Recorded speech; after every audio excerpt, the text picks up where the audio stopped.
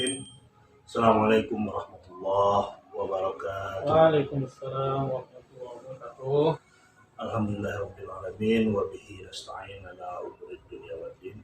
Asyhadu an la ilaha illallah wahdahu la syarikalah wa asyhadu anna Muhammadan abduhu wa rasuluh sallallahu alaihi wasallam la nabiyya ba'da. Sahabat podcast kalian, siang hari ini kembali kita berjumpa dalam program kajian Islam. Sebelumnya puji dan syukur kita ucapkan kepada Allah Subhanahu wa taala yang telah melimpahkan rahmat dan karunia-Nya kepada kita bersama, hingga pada siang hari ini kami dari Rizal Podcast dapat mengunjungi penonton sekalian dalam program kajian Islam. Salawat dan salam kita kirim kepada junjungan kita, yakni Nabi besar Muhammad Sallallahu Alaihi Wasallam. Pada program kajian Islam kali ini sudah hadir bersama kita seorang mubalik, aktivis pergerakan dakwah di wilayah kita. Kita sapa beliau. Assalamualaikum Ustaz Riko. Waalaikumsalam warahmatullahi wabarakatuh. Ini boleh diminum ya? Boleh. Kajian kita kajian santai ya. Iya. Nggak masalahnya gini. Yeah. Saya datang ke sini kan mau bersilaturahmi, berjumpa, dah lama nggak bertamu ke sini kan gitu. Kebetulan kan kita satu universitas ya. Yeah. Kalau universitas terbuka ini ada yel-yelnya enggak Pak ya? Ada kayaknya Ustaz. Apa? Cuma kita masuk kan dalam masa pandemi. Oh gitu. Dalam masa pandemi, jadi orientasinya kan online. Nah, saya waktu itu bolos orientasi. Iya. Jadi dalam orientasi online ini jadi nggak akrab gitu ya. Iya. Nah, yang masuk tahun ini orientasinya ada di lahan panjang kalau nggak salah. Nah, itu sudah lebih akrab. Oh gitu. Lebih akrab, yang angkatan ini semuanya berkumpul orientasi selama 2 hari gitu. Ada yel-yelnya? Ada yel-yel. Ya, apa? Apa yel-yel? Nah, itu yang kurang hafal kita masuk dalam, karena kita mahasiswa pandemi kan. Ya, salam universitas terbuka gitu Iya, ya. universitas terbuka. Ini 2 orang mahasiswa universitas terbuka hadir di sini. Nanti coba di-mention ya @universitas terbuka. Siapa Iya. tahu di-follow ya. Nama subscriber kita. Iya. Kita sekarang kan ada ini minimal 1000 subscriber kan, mudah-mudahan dibantu nih sama Iya. Universitas terbuka mater kita ya. Kebetulan saya di ilmu komunikasi, Pak Yan di ilmu hukum. Saya ilmu hukum. Mudah-mudahan ini mahasiswa terbuka dapat membantu men-share kegiatan kita di podcast ini. Ya, ada beberapa program yang kita isi melalui podcast ini. Jadi secara secara kemahasiswaan, ya, dapat dukungan lah dari universitas terbuka. Ya, nanti kita tag rektor segala macam. Iya. Jadi ini Ustaz. Ya. Dan panggil Ustadz lah. Kalau Ustadz tuh kayak Ustadz Taufik kemarin ketua kita, Iya. pakai peci. Saya pakai oblak. Oblak ini apa nih? Nah, ini oblak ini tutup kepala khas Jawa Timur. Oh gitu. Nah, biasa dipakai di orang daerah Jember, Banyuwangi.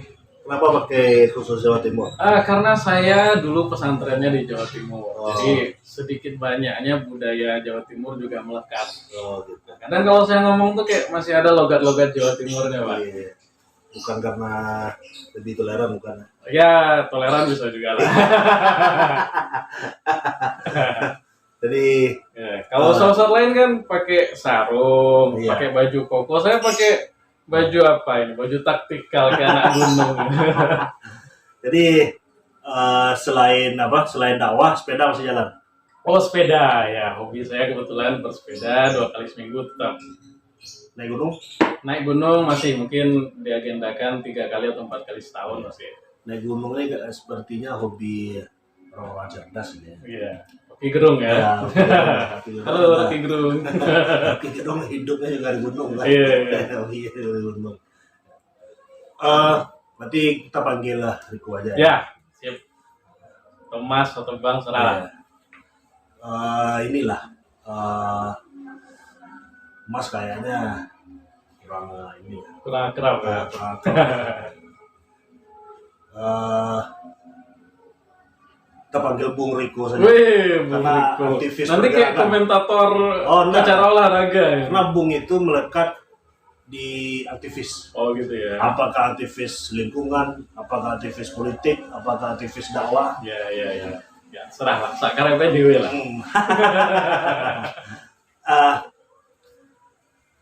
Bung Riko, Ya. beberapa hari lagi kita mau masuk bulan suci Ya. Ramadan. Bulan Ramadan ya nggak kerasa. Mungkin 10 hari lagi, 9 hari. 10 hari lagi. Kalau versi Muhammadiyahnya kita tanggal 2 sudah Dia tanggal 2. 1 Syawal. Hah? Sudah 1 Syawal tanggal 2 April. 2 April 1 Ramadan. Iya, sudah 1 Ramadan. 1 Syawal udah Satu lebaran, Syawal Pak. lebaran, ya. Ini terlalu lama kita di kerangkeng selama bulan Ramadan, nggak boleh ngapa-ngapain Syawal. Nanti pikiran kita Iya, udah. cepat ke Syawal Iya. kan. Belum puasa udah Ya. lebaran aja. Nah, mudah-mudahan tahun ini nggak ada pembatasan karena alhamdulillah kita Ya. sudah sehat semua. Ya, udah sehat ya, udah vaksin segala Kita macam. vaksin Aman semua. lah. Kita patuh kepada prokes. Jadi beberapa hari lagi Ah, akan memasuki bulan Ramadan. Sebelum masuk bulan Ramadan, yang seperti yang kita ketahui nih, hutang-hutang Ramadan sebelumnya. nah ini ingat-ingat ya, sebelum Iya. Ramadan yang masih punya utang coba diingat-ingat dulu. Nah, Utangnya udah dibayar apa belum kan Nah, gitu. iya, itu Nah, permasalahan. itu. Sekarang sudah mau masuk Ramadan. Nah, pertanyaannya, kalau hutang masih ada, Ya, Ramadan sudah mau datang lagi, ya. bagaimana pelaksanaan Ramadan di tahun ini sementara utang Ramadan di tahun lalu masih ada? Nah, permasalahan ini pernah saya baca dalam kitab Fathul Bari ya. Coba saya tengok lagi karena saya tipenya bukan tipe orang yang ilmunya di luar kepala, di dalam Android nih. Dan itu sudah menjadi adat sebenarnya. Kalau kita lihat ulama-ulama hadis terdahulu, Pak Rizal, ada mereka itu yang terkenal dengan istilah Doktus Sodor. Apa? Doktus Sodor. Doktus Ya, Doktus Sodor. Jadi ulama hadis yang memang hadisnya itu dalam hatinya, dalam pikirannya sudah Iya, hafal. iya. Ulama yang lain tipikalnya berbeda. Ada yang disebut dengan Doktu Alkitab. Ilmunya di kitab. Iya. Jadi kalau tanpa kitabnya dia kadang nggak pede nyampaikan hadis. Nah, jadi gimana hadisnya? Bentar saya tengok kitab saya dulu. Nah, kalau saya tipe kedua ini. Kalau ditanya bentar saya lihat Android saya dulu. Iya. Jadi artinya pemahamannya tetap ada. Iya, betul. Iya, paham hadisnya, Iya. tapi belum tidak melekat di hati. Bukan tidak melekat di hati, dia tidak pede menyampaikan hadis langsung dari ininya. Oh, gitu. Sebagai bentuk kehati-hatiannya Iya, dia. iya, iya. Nah, jadi bagaimanapun supaya yakin dia hadis yang disampaikannya benar, dia lihat catatannya dulu. Oh iya. Nah, itu bukan berarti dia tidak hafal. Iya, artinya lebih ke Kehati-hatian. iya kehati-hatian dalam Iya. menyampaikannya karena salah dalam pengucapan bisa salah dalam arti, itu jadi. apalagi tafsirnya Ah, nanti. itu tadi. Iya, silakan Ustaz. Kalau kita lihat sebuah hadis riwayat Bukhari Muslim, hadisnya sahih ya, Hmm. dari sahabat yang mulia Aisyah radhiyallahu taala anha, istri Nabi. Hmm. Beliau pernah mengatakan, "Kana yakunu alayya shaum min Ramadan." Dulu aku pernah punya hutang puasa, kata beliau. Istri Nabi juga punya hutang puasa. Kalau perempuan kan Ya, mau nggak banyak. mau ya pasti. Ya, pasti, Ya. banyak. Kalau ditanya perempuan ada nggak hutang puasanya? Enggak mungkin. Iya, Ya, nggak pasti- mungkin. pasti Pasti ada. ada kalau perempuan. Iya. Beda sama kita. Kemudian kata beliau, fama astati'u an uqdiyahu illa fi Sya'ban. Hmm. Dan aku tidak bisa membayar hutang Ramadan tadi kecuali hanya bulan Sya'ban. Hmm. Keterangan dari Al-Hafidz Ibnu Hajar dalam kitab Fathul Bari beliau menyebutkan wa yu'khadhu min hirsiha 'ala dzalika fi Sya'ban annahu la yajuzu ta'khirul qada hatta yadkhula Ramadan akhar. Diambil dari sikap Aisyah radhiyallahu taala anha ini, beliau qada bayar utangnya tadi di bulan Sya'ban. Bisa diambil kesimpulan dari sini kata Al-Hafidz Ibnu Hajar bahwa la yajuz, tidak boleh ta'khirul qada, mengakhirkan bayar puasa hatta yadkhula Ramadan akhar, sampai masuk Ramadan berikutnya enggak boleh. Jadi batasan akhirnya sekarang ini bulan Sya'ban ini. Jadi sabarnya harus tuntas. Harus tuntas sekarang. Gimananya harus diselesaikan sekarang bulan Sya'ban, masih sisa 9 hari ya. Iya, Bagi iya. yang punya utang ingat-ingat nih. Nah, Iya, jangan iya. sampai lewat Ramadan yang berikutnya. Itu untuk yang perempuan. Untuk yang perempuan, laki-laki juga. Nah, Pokoknya yang punya utang bayarnya Sya'ban. enggak, laki-laki ini masalahnya begini. Hutang yang dulu itu karena disengaja. Utang yang terdahulu kena Ya, sengaja. sengaja enggak puasa. Nah, Termasuk utang juga atau ya sengaja. Kalau laki-laki misalnya karena malas mungkin ya. Ah. Nah, karena malas dia tidak berpuasa. Apakah ada juga qada baginya, kan begitu? Iya, iya. Di dalam sebuah hadis kita lihat, hadisnya riwayat Tirmizi, Abu Daud dan Nasai, Ibnu Majah dan yang lainnya. Nabi pernah mengatakan, man aftara yauman min Ramadan min ghairi rukhsatin wala maradin lam yuqdi shaumad dahr kullahu wa in shamahu. Kata Nabi, barang siapa man aftara yauman, barang siapa yang berbuka pada hari bulan Ramadan min ghairi rukhsah, tanpa ada keringanan yang diperbolehkan, wala marad, tidak pula dia dalam keadaan sakit, lam yukdihi, maka tidak akan bisa dia ganti puasanya saumad dahar kullahu wa insoma, walaupun dia puasa sepanjang hayatnya, setiap hari sampai mati dia puasa. Yang sehari tadi nggak akan mampu dia bayarkan. Satu hari yang dia tinggalkan tanpa keringanan, tanpa sakit tadi. Ya, tanpa ada alasan. Ya, tanpa ada alasan, kata Nabi, walaupun dia puasa seumur hidupnya sampai mati dia puasa, yang satu tadi nggak akan bisa dia bayarkan hutangnya. Jadi kalau dari hadis ini kira-kira yang berpuasa, yang membatalkan puasanya sengaja bayar qada apa? Iya, tidak bayar. Enggak demikian pemahamannya, dan sampai di situ saja. Jadi hadis itu kita harus lihat dari syarahnya. Nggak bisa kita lihat lafaz hadis demikian, kadang akal kita, ilmu kita nggak nyampe. Iya, iya. Kita lihat penjelasan oleh para ulama. Ulama menyebutkan bahwa hadis ini masuk ke dalam bab at-tarhib wa tarhib. Jadi bahasa hadis ini adalah bahasa hiperbola. Supaya orang takut meninggalkan puasa, itu maksudnya, bukan berarti dia ada konsekuensi hukum tertentu. Kalau kita lihat keterangan yang disebutkan oleh Ibnu Abdul Bar, wa ajma'at al-ummah, sepakat para ulama, fi man lam yasum Ramadan amidan wa huwa mu'minun bi faradihi, jika ada seseorang yang tidak berpuasa sengaja tidak puasa di bulan Ramadan, dalam keadaan dia yakin dengan kewajibannya, dia imani kewajibannya tadi, ta'ammada dzalika, tapi dia sengaja membatalkannya, summa taba'anhu, wajib baginya bertobat, anna alaihi qada'ah, maka wajib baginya qada. Ini sepakat ulama. Tidak ada beda ulama di situ. Mau dia tinggalkan puasanya sengaja, mau ada uzur, tetap dibayarkan pada hari-hari berikutnya. Sama juga keterangan dari Ibnu Qudamah al-Maqdisi dalam kitab beliau Al-Mughni, la na'lamu fi dzalika khilaf. Kita enggak tahu, kata Ibnu Qudamah, ada ulama yang beda pendapat untuk masalah ini. Berarti sepakat. Sepakat para ulama, pokoknya kalau dia tinggalkan puasa, mau sengaja mau ada uzur, wajib dibayarkan sebanyak yang dia tinggalkan. Batas akhirnya sebelum Ramadan tahun Sebelum berikutnya. Ramadan tahun berikutnya datang, terakhir di bulan Sya'ban. Sya'ban. Jadi sahabat sekalian, baik laki-laki maupun perempuan yang masih ada utang di bulan Ramadan sebelumnya, karena Ramadan tahun ini mau masuk, Ya, lunasi dulu hutang-hutang Ramadan ya. yang berlalu. Jadi jangan euforia saja, ada pikirannya bali mau. Iya. Utang bayar dulu. Iya. Abal limau ini budaya atau memang ada syariatnya? Kalau saya lebih melihat ke budaya.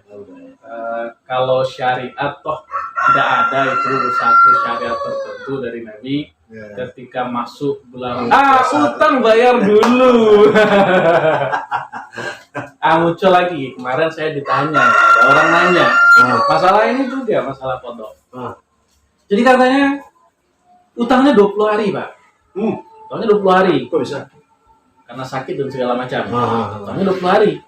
Baru teringat kemarin. Kemarin sudah 20 Sya'ban. 10 hari lagi kan. Toh kalau dia puasa juga 10 hari ini, masih sisa utangnya 10 hari. Yang 10 hari ini mau dikemanakan ini? Utang 20 hari, baru teringat tanggal 20 Sya'ban. Mau dirapel puasanya, masih sisa 10. Ini gimana? Yang 10 lagi ini mau dikemanakan? Nah, kira-kira kalau ditanya gitu, Pak Yan jawabnya gimana? Yang 10 hari lagi ini. Iya. Toh dia puasa sampai awal Ramadan. Iya. Berarti kan cuma terbayar 10.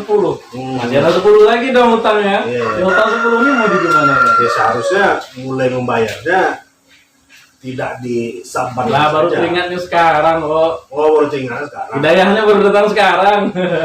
Ya kalau patokan hadis itu, kalau kita merujuk pada hadis tadi, ya harus lunas lah. Harus lunas. Lah gimana? Berarti satu hari itu 2 kali puasa atau siang malam aja dia puasa? Itu bagaimana solusinya? Nah kalau semacam ini ada juga solusinya. Kalau kita lihat di dalam kitab Al-Fiqh Al-Islami wa Adillatuhu, karya Dr. Bahjah Az-Zuhaili, bukan Bahjah, Dr. Wahbah Az-Zuhaili. Kata beliau menyebutkan di dalam kitab Al-Fiqh Al-Islami tadi, wa amma idza akhara al-qada hatta dakhala Ramadan akhar. Adapun jika seseorang mengakhirkan qada, mengakhirkan bayar hutangnya sampai sudah masuk Ramadan berikutnya. Faqala al-jumhur, maka mayoritas para ulama berpendapat yajibu alaihi ba'da siyami Ramadan ad-dakhil al-qada wal kaffar. Maka kewajibannya jadi double.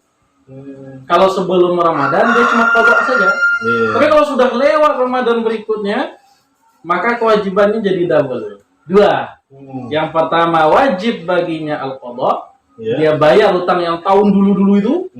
Kemudian plus dia bayarkan kafaratnya, yaitu bayar fidyah. Bayar fidyah untuk utang yang berlalu. Utang yang dulu itu. Bayar fidyahnya di Ramadan tahun ini. Setelah selesai Ramadan tahun ini, jadi kan tahun dulu dia utang. Tahun dulu masih ada utang. Ramadan sekarang udah masuk. Toh tadi dia cuma bayar 10, masih sisa 10. Maka dia selesaikan Ramadan ini, selesai Ramadan tahun ini, dia kodok yang 10 plus dia bayarkan fidyahnya untuk 10 orang miskin. Jadi double.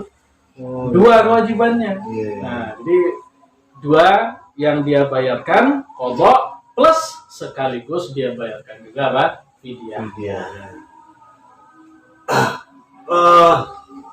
Ada profesi-profesi tertentu. Ini menurut pengakuan orangnya ini, apakah ada keringanan di dalam syariat atau tidak? Sepanjang tahun itu, memang profesinya itu seperti apa profesinya? Buruh tani. Setelah itu pekerja borongan, tukang tukang bangunan. Setelah itu sopir. Ini apa? Cendol. Setelah itu sopir. Itu kan sepanjang hari. Pekerjaannya kan memang seperti itu. Tidak sanggup dia mengkodok karena rutinitasnya seperti itu. Bagaimana untuk masuk Ramadan tahun ini? Apakah gugur juga puasa buat dia? Cukup bayar fidyah saja atau Jadi kalau ada taruhlah satu ya, tadi kebanyakan contohnya. Sekarang satu tukang dulu lah. Ada tukang bangunan. Kerja sehari-harinya bangunan. Tanya sanggup puasa enggak sanggup, berat. Gimana solusinya? Maka pertanyaan yang sama ini pernah ditanyakan kepada Syekh Abdul Aziz bin Abdillah bin Baz. Waktu itu beliau adalah menjabat sebagai ya semacam ketua majelis ulamanya Saudi Arabia ya. Iya, iya. Maka beliau menjawab dengan pertanyaan mirip dengan tadi, walau kana amilan yasum, walaupun Anda itu pekerja kasar, pekerja lapangan gitu, tetap puasa. Nggak ada keringanannya karena pekerjaan tadi.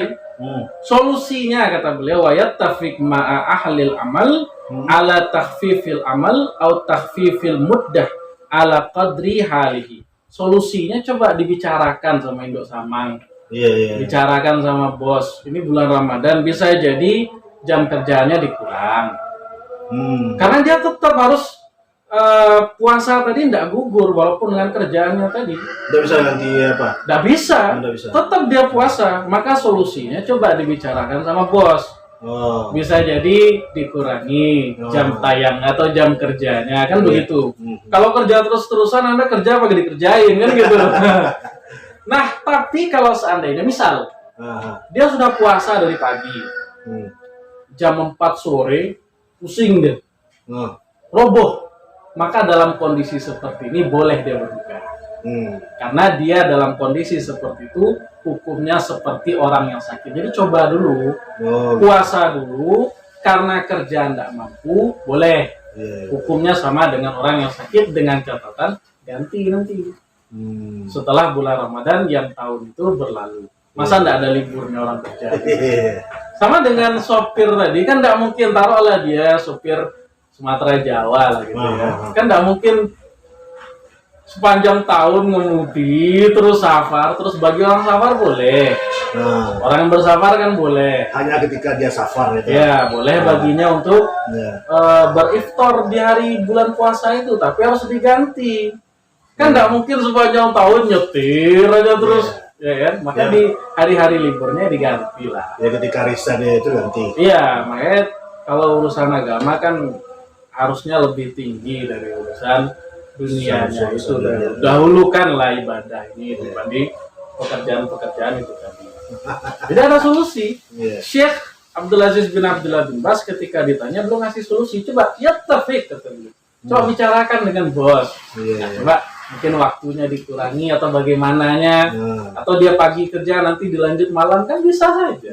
Solusinya banyak, yang jelas tetap berpuasa. Jadi tidak ada kelonggaran. Tidak ada longgar-longgar. Kemudian yang boleh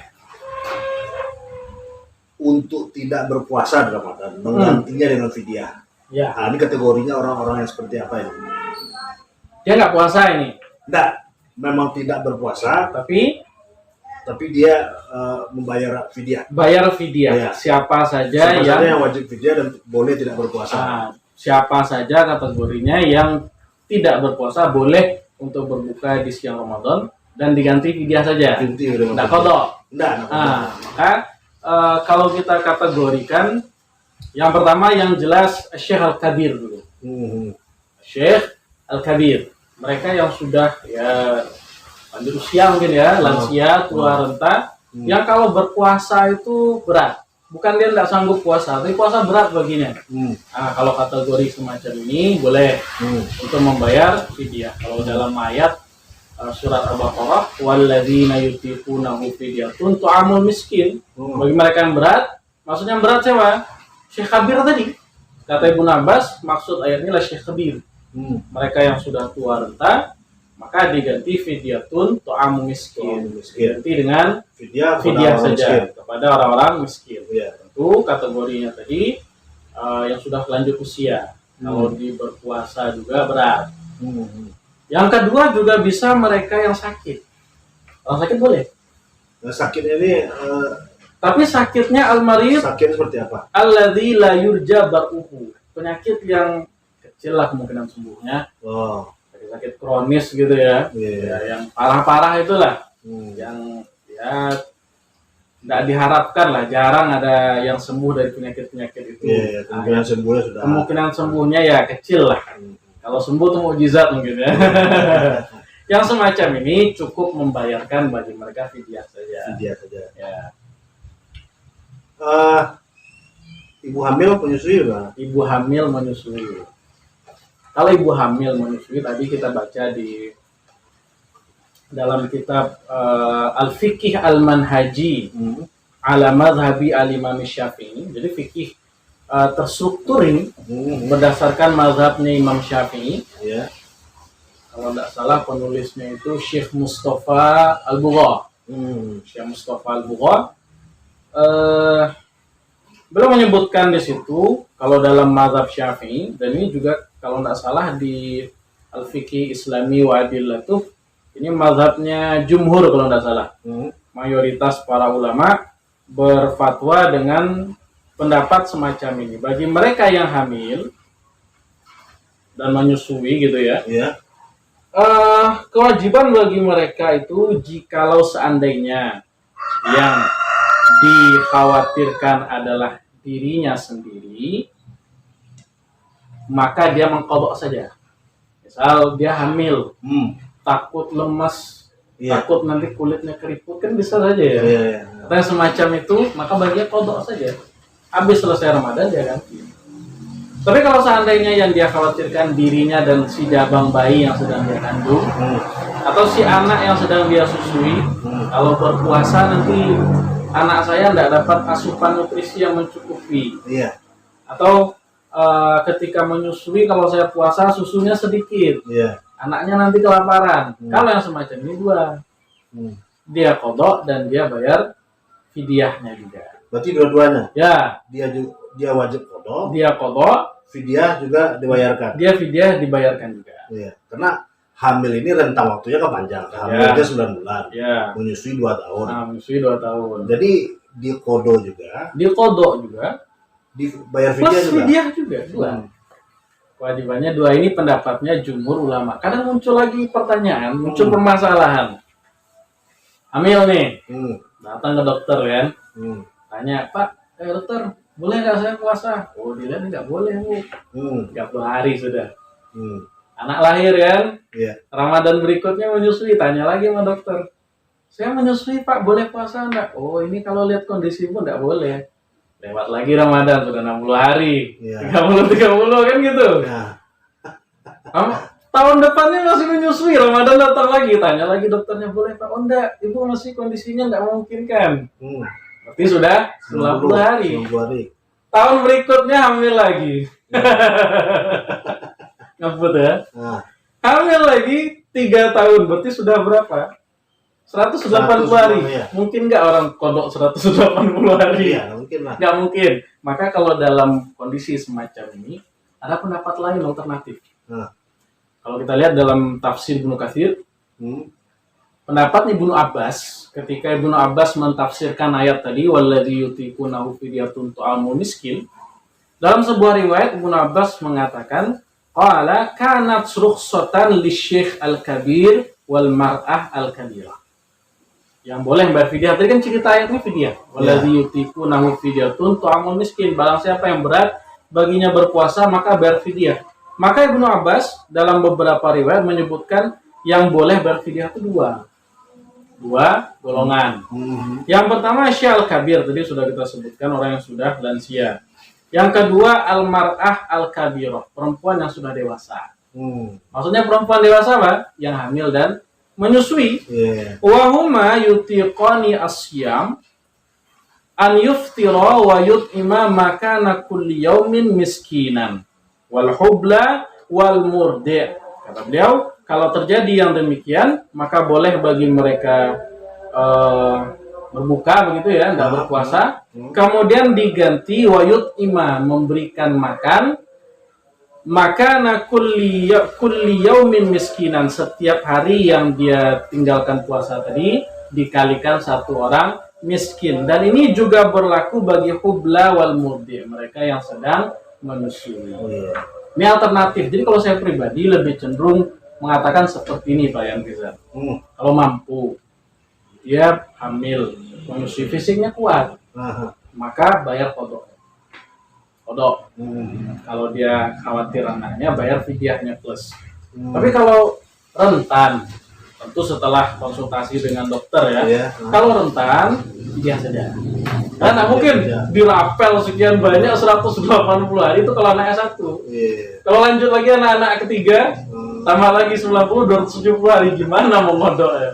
Berarti kodo dan fidyah untuk orang yang hamil dan menyusui tadi tetap pilihan, bukan kedua-duanya diwajibkan. Kalau saya pribadi lebih cenderung mengatakan hukum asalnya kodok. Oh, kodo. Kodok dan fidyah. Iya, iya. Kalau mampu, kalau fisiknya kuat. Tapi kalau fisiknya rentan, sudah fidyah saja. Oh, gitu. Nggak usah dipaksakan, fidyah saja. Fidyah saja. Tapi kalau mampu, bayar kodoknya. Hmm. Kalau tidak mampu, fidyah saja. Dan jangan bermudah-mudahan. Iya. Wah, yang gampang aja lah, fidyah aja lah. Nggak gitu juga.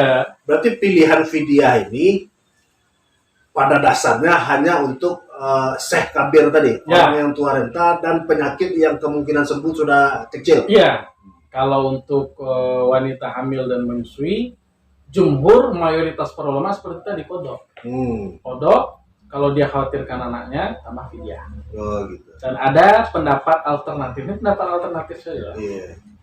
Berarti artinya kodo dan fidyah ini kan dua hal yang berbeda. Iya, Iya. dua hal yang berbeda. Kodo adalah mengganti Mengganti ya. sama persis puasa dengan puasa. Puasa dengan puasa. Iya. Sementara fidyah adalah alternatif untuk orang yang tua renta Karena nggak sanggup lagi puasa sudah gimana? tidak sanggup lagi puasa. Iya, ya sudah diganti fidyah. Artinya tidak ada fidyah bagi pekerja-pekerja tadi. Nggak ada orang kuat-kuat Ya, itu kok. harus tetap dikodok. Dia kodok kalau memang harusnya dia puasa, bukan kodok. Iya, iya. Harusnya dia puasa. Puasa di Ramadan itu. Iya, Iya. puasa dulu. Hmm. Kalau sekiranya pusing-pusing misalnya di hari Iya. kerja tuh sore-sore udah kunang-kunang matanya, Iya, iya. boleh berbuka, Hmm. terhitung dia orang yang sakit, tapi Iya. nanti syaratnya dikodok. Iya. Jadi Ramadan. tidak boleh kita membuat kasus di depan, harus dijalani Jalani dulu. Iya. Dia Bangun rumah ngangkat bata kuat kok, puasa kok nggak kuat. ya kita kan seringnya mendengar seperti ini. Iya. Dia bikin dulu satu kasus, kasus data lo. Nah, Karena pekerjaan kami model. Iya. Wah, gitu kan. Sementara belum dicoba. belum dicoba, coba Jadi dulu. artinya syariat menyuruh coba dulu. Iya, kan fattakullah mastata'tum. Nah, semampunya, kalau tidak mampu sudah syarat ngasih keringanan. Iya. Tapi coba dulu. Hmm. Nah, jangan tiba-tiba nggak mampu, enggak. Iya. Coba dulu. Kalau sekiranya seperti tadi, maka jatuhnya dia meninggalkan puasa disengaja. Hmm. Saya tukang, kayaknya nggak mampu deh kayaknya. Iya, kan kayaknya. Belum Tapi coba. dia tinggalkan puasa, dia tinggal puasa sengaja. Dosa. Nggak boleh.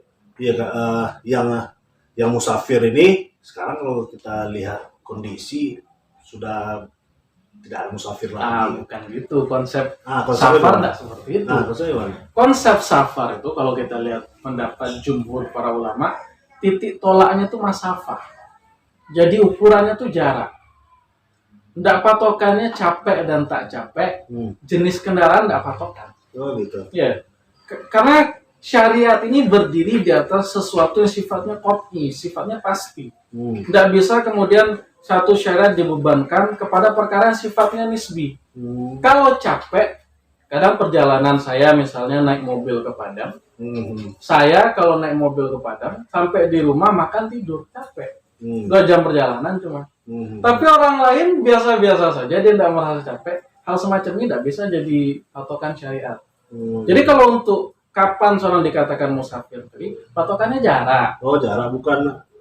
Kalau dulu kan tidak ada rest area, fasilitas apa segala macam. Kini hampir setiap kilo kita ketemukan tempat istirahat. Nah, bukan itu. patokan di masafah. Patokannya jarak. Kalau dia sudah menempuh jarak sekian, kalau kita lihat kitab-kitab fikih itu rata-rata menyebutkan 16 farsah. 16 farsah ya, ukuran panjang dalam Arabnya. 16 farsah. 1 farsah itu 3 mil. Berarti 16 farsah berapa? 16 kali 3. Nah, matematika agak 300 sekian lah. 48. 48. Nah, 16 farsah, 16 kali 3. 3 kali 6, 18. Oh iya. 48 kan? 48 mil. 1 mil kurang lebihnya 1.800 sekian meter. 1,8 kilo. 48 kali 1,8 berapa? Taruhlah 81 kilo lah. Berarti sini Padang udah Belum, Padang 60 kilo. Iya. Tapi kan treknya ngeri. Iya, iya. Nah, maka yang kalau dia sudah tempuh jaraknya segitu tadi 80 lah minimal ya. 80 kilo. 80 kilo minimal, maka dia sudah dikatakan sebagai safar. Iya. Taruhlah mau setiap 500 meter itu ada masjid, status safarnya itu tetap. Akan tetapi musafir itu kan suatu apa istilahnya, suatu keringanan. Mau diambil silahkan, Mau tidak juga tidak. mau tidak juga tidak ada masalah. Hmm. Mau dia batalkan atau dia berbuka di siang Ramadan boleh, mau dia lanjutkan puasanya juga tidak ada masalah, terserah dia. Karena sifatnya cuma keringanan. Unsur musafir sudah terpenuhi. Unsur musafirnya sudah terpenuhi. Mau diambil silahkan, Iya. mau dia tidak ambil juga tidak ada masalah. Iya. Taruhlah kita safar nih di luar puasa ya, sholat lah misalnya. Iya. Kita dari Solo Bukit Tinggi, Nah, berapa kilo ya? 80 lebih ya, 90. dari sini apa 84. 84 sudah memenuhi syarat. Iya. Sepanjang Danau Singkarak tuh banyak musola, banyak masjid. Kalau saya kosor sholat saya boleh enggak? Ya kalau terpenuhi unsur musafirnya boleh. Ya sudah. Tapi kalau saya sholat di situ enggak saya kosor boleh enggak? Boleh. Ya tidak ada masalah kan? Artinya ketika unsur musafir terpenuhi mau diambil. Mau diambil terserah. Nggak diambil juga tidak ada Tidak masalah. diambil juga tidak ada masalah. Ya. Kalau Syekh Ibnu Utsaimin kalau tidak salah ya dalam Majmu' Fatwanya belum mengatakan ketika ditanya mana yang afdol. Musafir tuh tetap puasa atau dia berbuka? Mana yang paling afdol? Maka beliau menjawab al-afdol matanya minhu, yang afdol mana yang mudah baginya.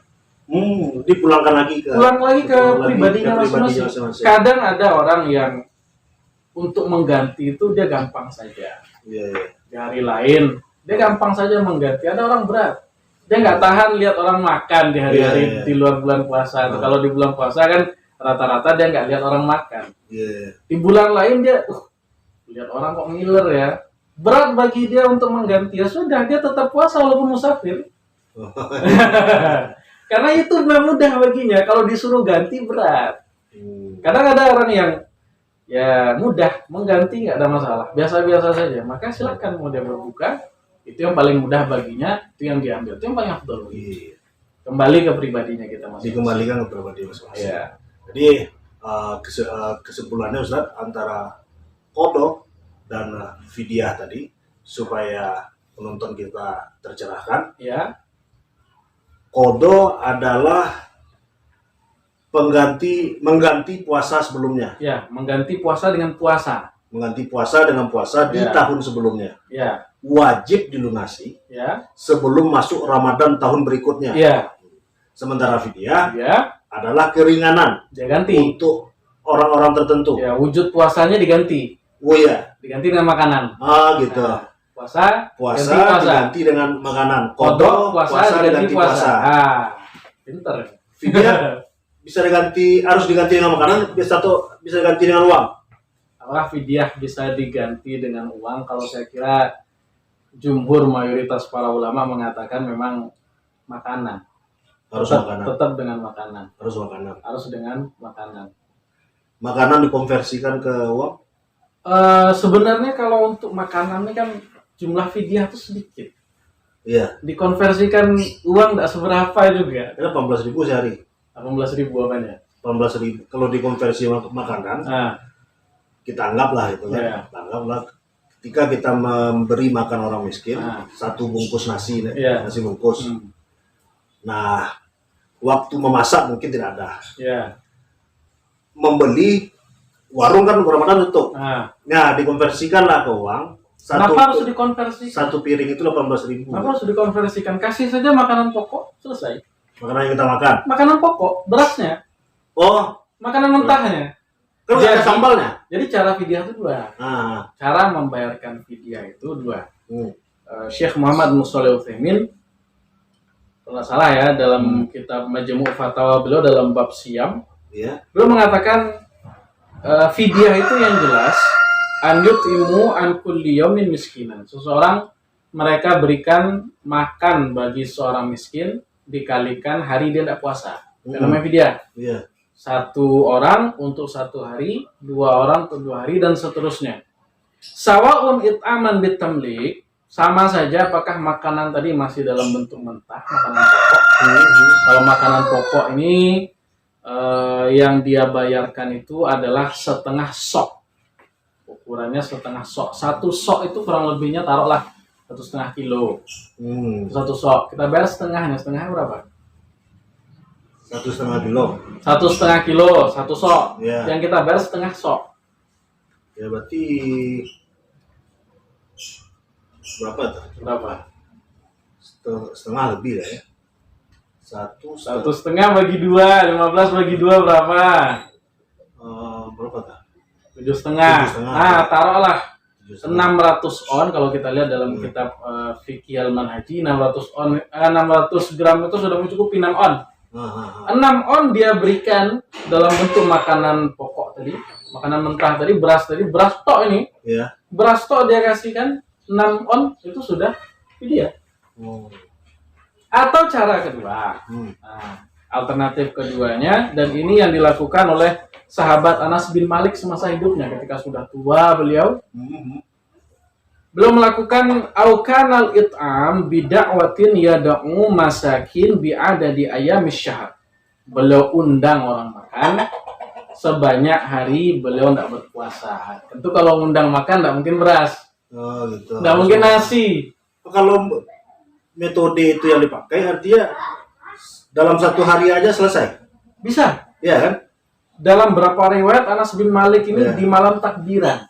Oh. Ini kan dia tidak puasa 30 hari karena sudah tua loh. Ya, diundang orang 30. Pas malam takbiran, undang orang 30 makan, Selesai. sudah dia. Oh, Selesai dia. berarti bukan Jadi tiap kita harinya. tidak butuh konversi itu. Oh iya. Konversi uang kita nggak butuh. Toh jumlahnya cuma 18.000 atau berapa sedikit. Jadi harus makanan atau bahan pokok. Kalau tidak kasih makanan pokoknya, dimasakkan. Kalau sudah dimasakkan, tidak mungkin nasi putih yang dihidangkan. Iya. Ya tambahlah apanya, ininya, itunya kan. Undang orang makan, wih, luar biasa, semarak suasananya. Iya. Jadi artinya nggak repot tiap hari. Iya, nggak mesti tiap hari. Manfaatnya juga lebih Iya. besar. Ya, gitu. ketimbang dikonversikan uang 15.000. 15.000 dapat apa sih zaman Iya. sekarang? Tidak ada ini ya. 5 menit habis itu bang, 15.000 tadi. Jadi tidak ada kebutuhan kita untuk dikonversi ke uang tadi karena jumlahnya sedikit. Tidak seberapa juga. Berarti fidyah bisa juga selesai dalam satu hari Ya. di akhir Ramadannya. Ya, selesaikan di akhir Ramadan boleh.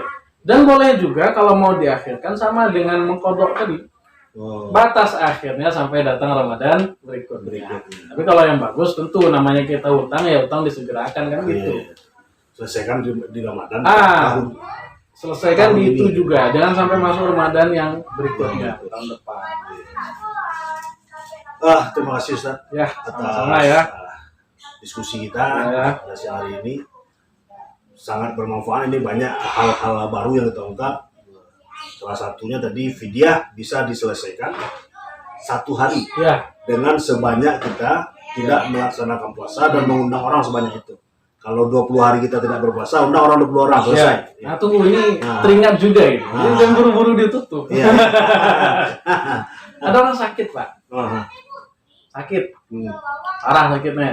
Ya. Kanker lah, taruh ya. Aha. Ramadan tidak puasa. Karena kemo segala macam. Iya. Sebulan habis itu meninggal. Dia tidak puasa, sebulan habis itu meninggal. Kan ada utangnya. Tahu tadi gimana? Ini dibayar lah. Dibayar siapa yang bayar orang udah mati? Orang udah mati. Iya. Ahli warisnya. Ahli warisnya. Ini perlu dirinci juga, Pak. Iya, iya. Karena sering dalam permasalahan ini rincian seperti ini orang banyak tidak paham. Rinciannya seperti ini. Kalau seandainya antara masa sakitnya dengan kematiannya itu tidak ada jeda, sakit terus, tidak ada sembuhnya, maka yang semacam ini tidak ada kewajiban apapun baginya. Puasa tidak, fidyah tidak. Puasa tidak, fidyah tidak, kodok tidak. Gimana mau dikodok orang meninggal? Iya, iya. Tidak ada fidyahnya. Tapi kalau seandainya dia sakit nih selama Ramadan 30 hari tidak puasa, 15 hari atau sebulan setelah itu 15 hari dia sembuh, normal hidupnya. 15 hari normal hidupnya, setelah itu meninggal. Kalau ada jeda antara meninggalnya dengan penyakitnya tadi, ada jeda sembuhnya dan disembuhnya tadi dia mampu, Ya, maka yang semacam ini wajib. fidyah. Nah, belum Oh, ke fidyah dulu. belum. Jadi Nah, yang sembuhnya tadi ini harus diganti. ya. Yang tidak sembuh tadi kan 30 hari dia tidak puasa. 15 hari sembuh. Yang 15 hari tidak terhitung karena masih dalam keadaan sakit. Yang 15 hari sehat diganti, Pak. Bagaimana cara menggantinya? Nah, ini dianjurkan bagi ahli warisnya yang berpuasa untuk dia. Oh, Ahli warisnya puasa. ahli warisnya yang berpuasa untuk orang yang Yang 15 hari tadi dia 15 hari. yang meninggal tadi. Ya. Dia sembuh 15 hari. Berarti dalam keadaan seperti itu dia punya kesempatan untuk membayar puasanya, tapi tidak dia lakukan, keburu meninggal. Ya, misalnya ini orang kanker. Ya, Orang kanker ini kan biasanya habis kemo kan segar nih. ya, 10 hari, 20 hari. gitu. segar dia. Segar. Ya, taruhlah. Berarti setelah kemo ini 20 hari ini dia sudah sehat Ya. selama 20 hari. Hmm. Ini yang diganti Ini yang diganti. sama ahli warisnya. Iya. Di hari ke-21 dia sudah tidak ada. Di hari 21 dia tidak pada, berarti yang 20 hari ahli warisnya dianjurkan mengganti. Menggantinya Ya. dengan Puasa juga. kodok. Dengan kodok, jadi dikodok dia tadi. Kodok. Ya. Oh.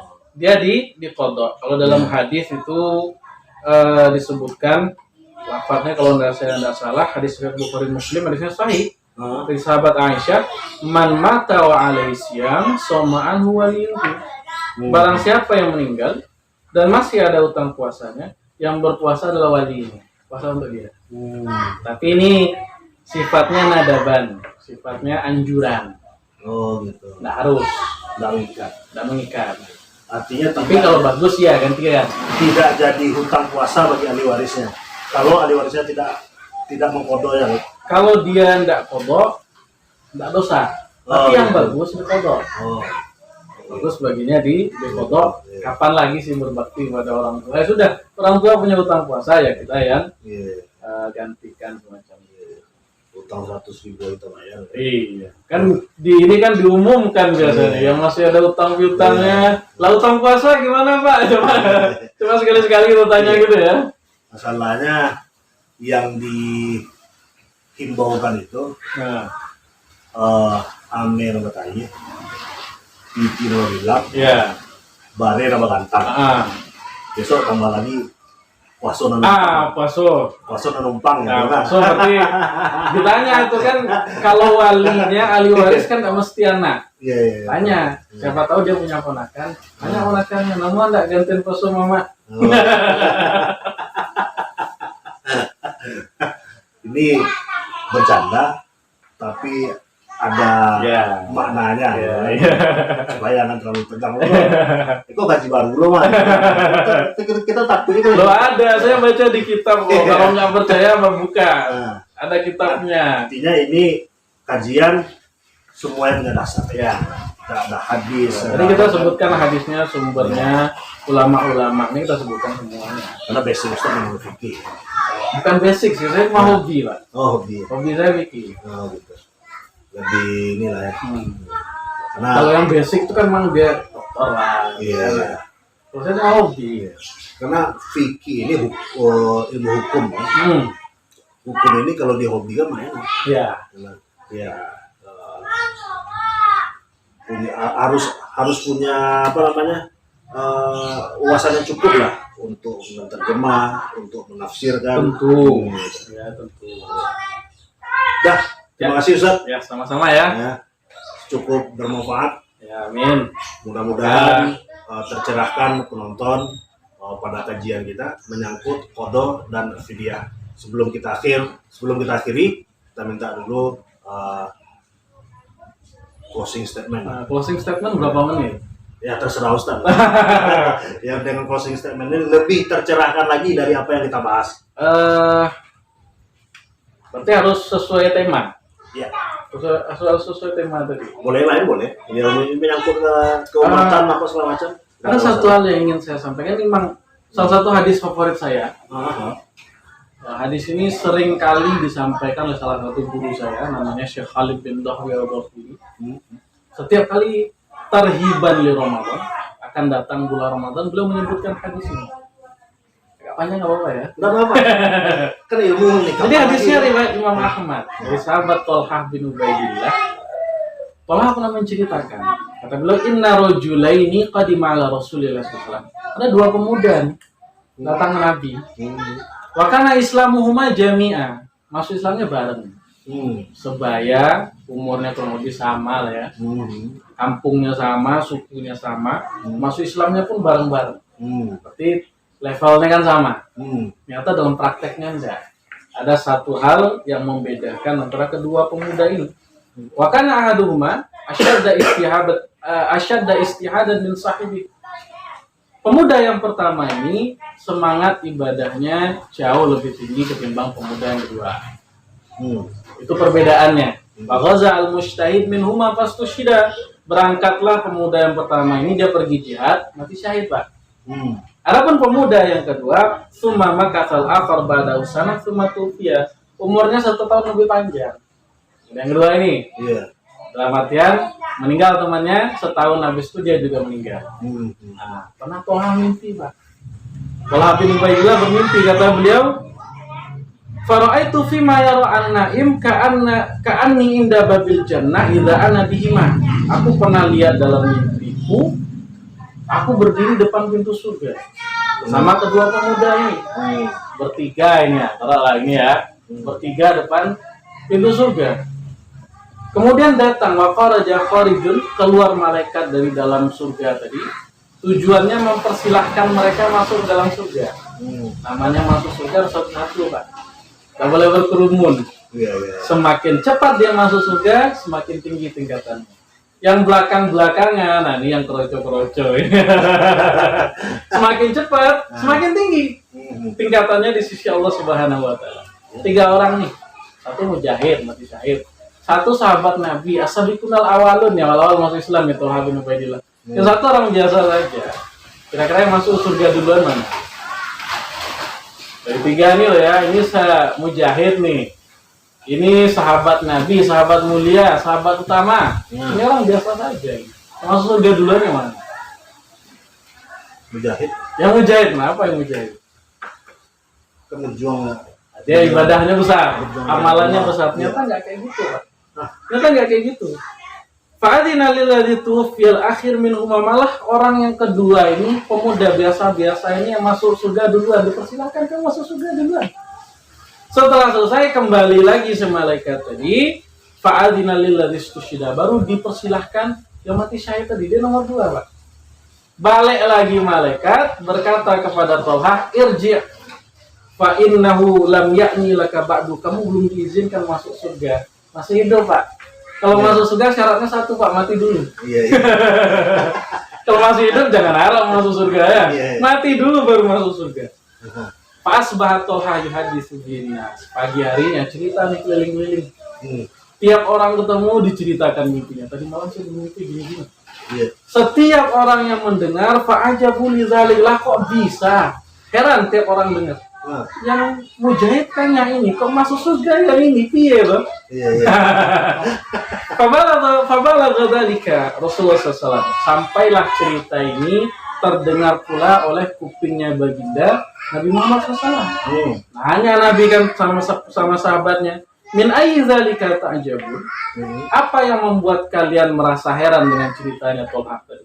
Sepakat nih para sahabat kayak tadi jawab, ya Rasulullah, hadza kana asyadda istihadan tsumma istushhida fi sabilillah wa dakhala hadzal jannah qablahu. Rasulullah yang pergi jihadnya ini, yang rajin ibadahnya ini, yang mati syahidnya ini juga. Lah kok yang ini yang masuk surga duluan? Ada protes. Kok aneh ini? Apa nggak salah urutan bagaimana ini? Maka dijawab oleh Nabi, alaisa qad makatha hadza ba'da salat. Bukankah yang kedua ini umurnya 1 tahun lebih panjang dari temannya tadi? Iya ya Rasul.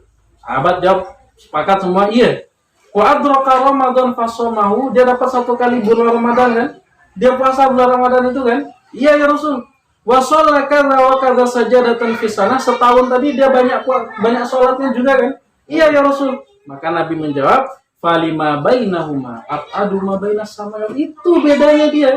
antara pemuda pertama dengan pemuda kedua sejauh langit dan bumi. Satu kali dapat Ramadan, Pak. Fokus di ibadah, Pak.